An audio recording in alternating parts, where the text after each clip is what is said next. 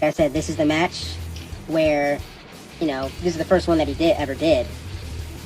This one was on, I remember it was on ESPN.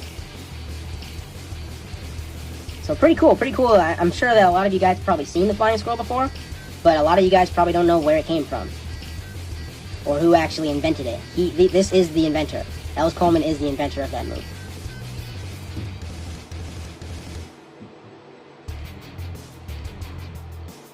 And it'd be interesting too. Like, I bet you if you go back, right? Go back and look at matches before 2011. I guarantee you don't see it. That'll be a takedown for the Iranian there. And I believe, well, maybe takedowns were only 1 point at that time. It was a long time ago. The rules were a little bit different. So we got 1 point on the board for Iran there. And they're going to start in parterre position.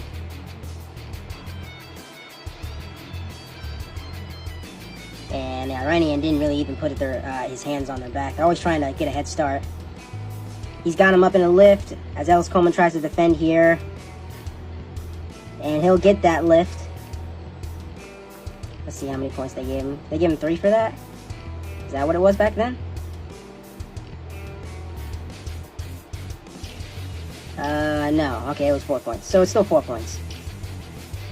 So they're putting him back down. I'm not sure why they put him back down. That's weird. Alright, we'll start back on their feet. And there it is. That was a nice one right there. I don't know why he didn't try and get the fall there, though. Like, why didn't he just hold on to it? That really should have, I don't know what they're going to score this as, but I thought I saw 3 points. That should have been 5 points. That should have definitely been 5 points. We'll see how they score it. The ref's just like, what was that? Like, what are you trying to do? You trying to win this match or something? Like, what are you doing? You know, like, what are you doing with all that jumping and all that stuff?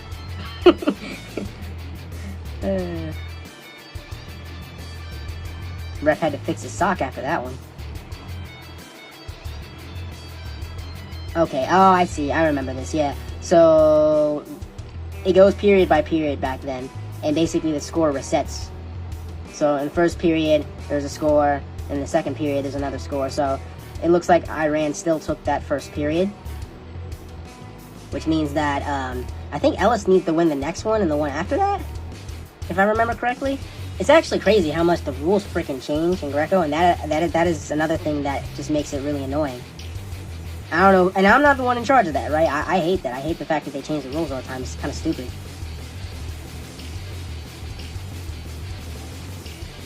So Iranian looks like he's going for a lot of inside ties. Some hard snaps from Ellis as he works to get in past that head. Crazy, this is like more than 10 years ago. This is what, 12, 13 years ago?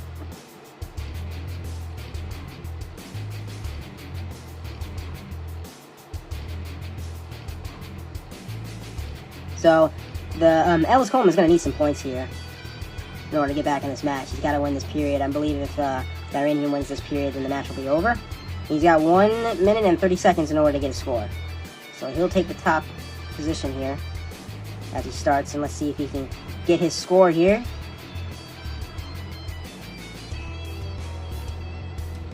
Needs to put pressure on him. He'll get the gut wrench, though. Solid gut wrench. Can't stop there, though. Going elbow to elbow. He gets another one. See if he can keep going. Nope, don't do that. And he gets another one. Defense is non-existent for the Iranian. Gut defense is non-existent. So, Ellis will take a commanding lead with that last parterre go. Ref's still saying something. I'm not sure what he's saying. He's coming over saying, hey, don't try no funny business. Don't be trying to win this match or something like that. Like, don't, you know, what are you doing? I'm joking, of course, because usually the United States is a very hated country, especially in Greco-Roman. They go overseas, get cheated a lot, so. The only person within the Greco community would know that, so.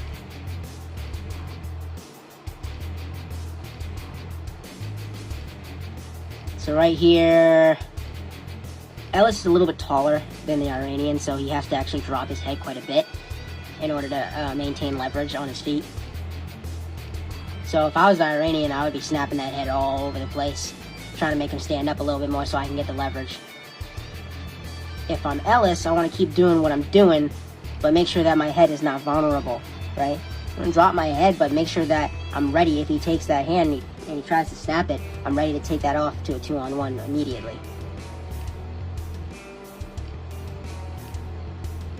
The Iranian's starting to use some wrist control to move Ellis on his feet. Now, what I'm wondering is, he just scored 4 points in a gut wrench. Nice snap down by Ellis. Where are his points on the board? Little confused there. There's another 1 point, so it really should be 5-0, but at least that was 1-0. Ellis doing a good job making a comeback in this match so far.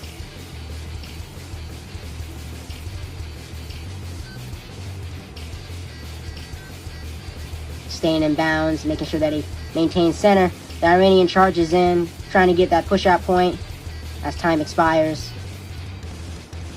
And the Iranian will go down in the parterre position. So they called him passive. We want to see if Ellis can get his gut wrench off here again. The Iranian obviously is going to be looking for that sort of thing.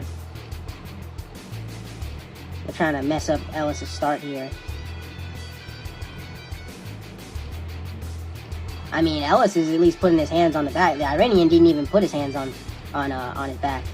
The solid gut wrench that he has there. He gets on his feet, he pressures in, and he also has a lift from there. Right. But he's got to continue. He's got to continue there.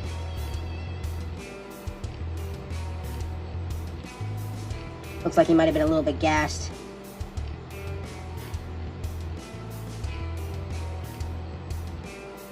Ellis circling. And time will expire. And that looks like it's it. So Ellis Coleman wins this match. I believe he won the last 2 periods when Ellis Coleman humbled Zeidvand. So we got the Junior World Championships in 2011. Ellis Coleman, the original Flying Squirrel. And this is his famous match where basically he became famous for being known as the one that was the Flying Squirrel. And, you know, it's kind of funny because it's a huge thing. It really is. It's a huge thing in the studies done for the sport, you know, because, you know, after this match, you saw a whole bunch of people hitting it at the end of matches. Like, now it's like almost every Greco match, like, at the end of the match, people hit this move. It's actually kind of crazy that it had that much of effect on the Greco community worldwide, right? Because wrestlers from every country hit this move now.